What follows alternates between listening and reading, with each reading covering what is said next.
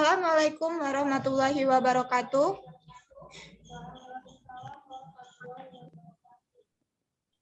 Selamat pagi. Baiklah, sebelum memulai kegiatan hari ini, kita membacakan basmalah terlebih dahulu. Bismillahirrahmanirrahim. Untuk yang lainnya, tolong absen terlebih dahulu ya di kolom chat.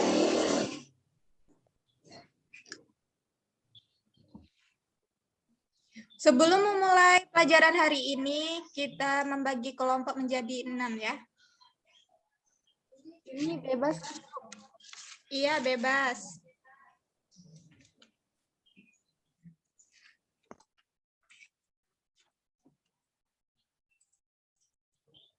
Ibu mulai ya. Bu.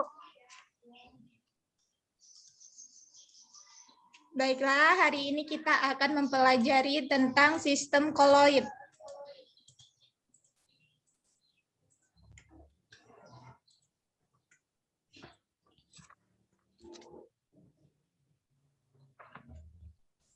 Pernah dengar nggak kata koloid?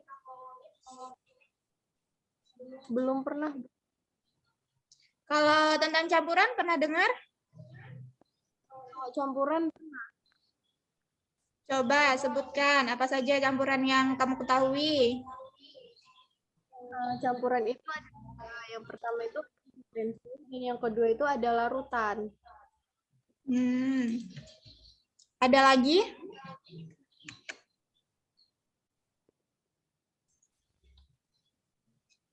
Oke, jadi campuran itu ada 3, yaitu suspensi, larutan, dan koloid. Pernah dengar ketiganya nggak? Belum pernah, Bu. Oke. Kalau gula sama air dicampur itu disebut apa sih? Gula dan air itu disebut dengan campuran. Coba yang lain. Kalau gula sama air itu dicampur itu disebut apa?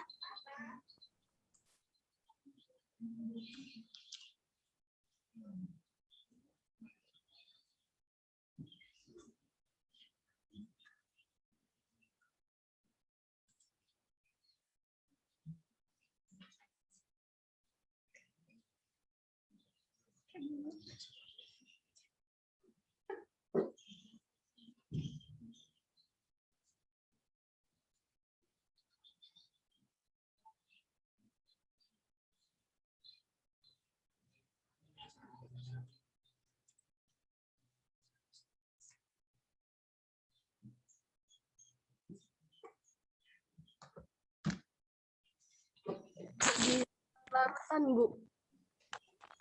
Kalau susu sama air disebut larutan bukan? Susu dan air itu juga sama, dia disebut dengan larutan. Yakin susu larutan?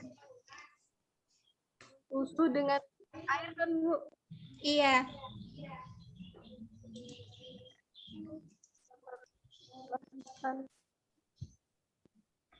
Ayo kita buktikan ya. Susu itu larutan apa bukan? Coba simak video di sini.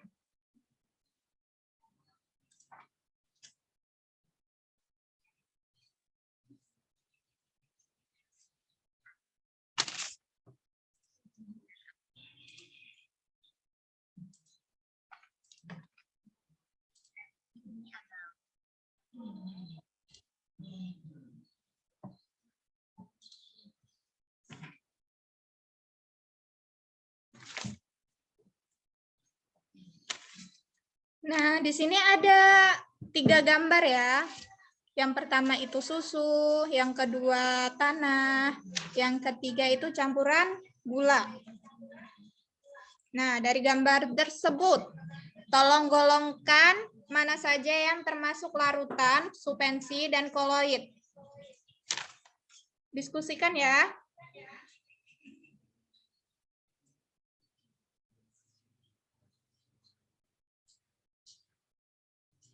Pengertiannya bisa dicari di internet atau di buku.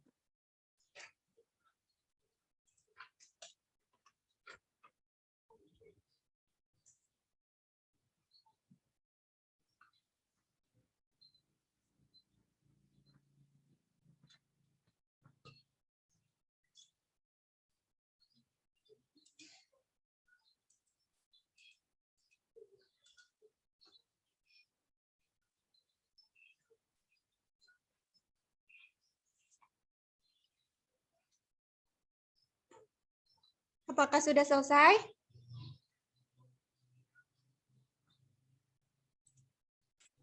Sudah, Bu.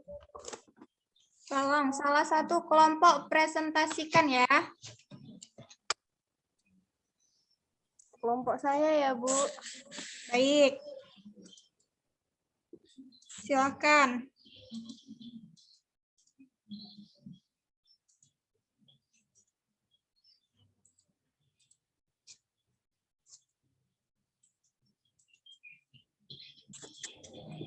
Oke. Assalamualaikum warahmatullahi wabarakatuh. Waalaikumsalam warahmatullahi wabarakatuh. Di sini kami akan mempresentasikan hasil dari kelompok kami. Jadi, menurut kelompok kami, pada campuran air dan gula termasuk larutan. Karena gula dan air itu tercampur merata. Dari pengertiannya, larutan itu adalah campuran zat atau senyawa yang tidak terlihat atau terlarut dalam air. Kemudian pada campuran air dan tanah, itu dia termasuk suspensi karena dia mengendap, dan bisa dijelaskan dari pengertiannya kalau suspensi itu adalah campuran zat atau senyawa yang terlihat keruh dan tidak bisa stabil jika dibiarkan dia akan mengendap. Nah, dan yang terakhir itu pada pengertian koloid. Jadi, koloid itu merupakan campuran zat yang tidak bisa tercampur rata dan jika dibiarkan tidak juga mengendap. Dan juga campurannya keruh. Jadi, campuran air dan susu itu termasuk ke dalam koloid. Mungkin itu saja penjelasan dari kelompok kami. Terima kasih untuk kelompok Laila. Salah satu aja ya yang jelasin. Jadi di sini Ibu akan mengulang kembali. Apa itu larutan, suspensi, dan koloid? Larutan, yang pertama itu larutan kan? Larutan adalah semua partikel yang larut dan menghasilkan satu fase yang tidak dapat dipisahkan. Maksudnya itu, campuran itu tidak dapat dibedakan antara zat terlarut dan pelarutnya. Contohnya itu air sama gula. Kalau dicampur terus diaduk, dia itu akan larutannya tidak terlihat lagi. Mana yang terlarut, mana yang jadi pelarutnya. Yang kedua itu suspensi. Apa sih suspensi itu? Suspensi itu partikelnya tidak larut dan kedua fase dapat dipisahkan. Maksudnya itu campurannya itu dapat dibedakan antara zat terlarut dan pelarutnya secara kasat mata. Contohnya itu air dan pasir itu dicampur, lalu diaduk. Kalau lama-kelamaan dia kan pasirnya akan mengendap, tidak terlarut kan? Jadi dapat dibedakan mana yang terlarut, mana yang terlarut. Nih, air ini sebagai pelarutnya. Kalau pasir ini sebagai telarutnya. Yang ketiga itu koloid. Nah, kita bahas sekarang koloid itu apa? Koloid itu suatu campuran heterogen antara dua zat atau lebih, di mana partikel zat yang berukuran koloid atau fase terdispersi tersebar merata dalam zat lain, atau medium pendispersi. Maksudnya itu campurannya itu dapat dibedakan, terdispersi dan pendispersinya hanya jika dilihat dengan mikroskop ultra. Contohnya itu air dengan susu. Dia itu termasuk koloid. Bisa dilihat jika itu koloid atau bukan dari kita menggunakan mikroskop ultra. Partikel-partikelnya itu akan terlihat. Berdasarkan fase terdispersinya, sistem koloid itu dapat dikelompokkan menjadi 3, yaitu sol atau fase terdispersi padat. Yang kedua itu emulasi atau fase terdispersi cair. Yang ketiga itu buih atau fase terdispersi gas. Dan sol adalah sistem koloid dari partikel padat yang terdispersi dalam zat cair. Contohnya itu seperti lem dan sabun. Yang kedua itu emulsi. Emulsi itu adalah fase terdispersi cair. Dia itu adalah sistem koloid zat cair yang terdispersi dalam zat cair. Syaratnya itu dua jenis zat cair tidak saling melarutkan. Contohnya itu mentega sama santan. Yang ketiga itu buih atau fase terdispersi gas.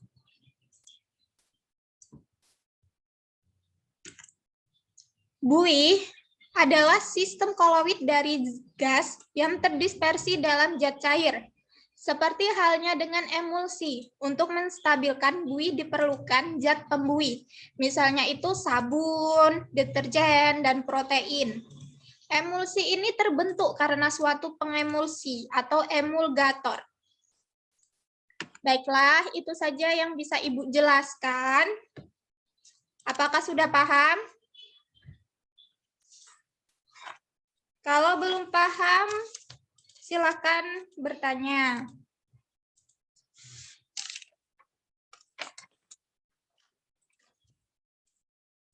Malu bertanya sesat di jalan.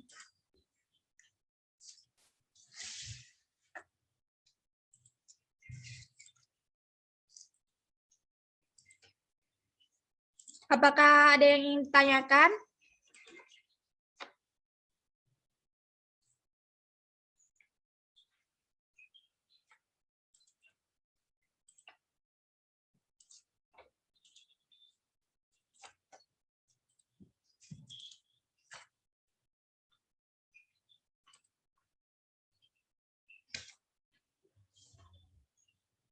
Apakah sudah paham?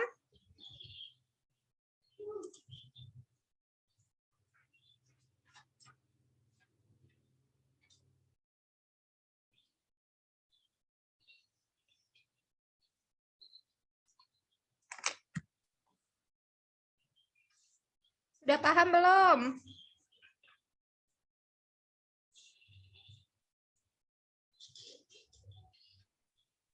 Sudah paham, Bu.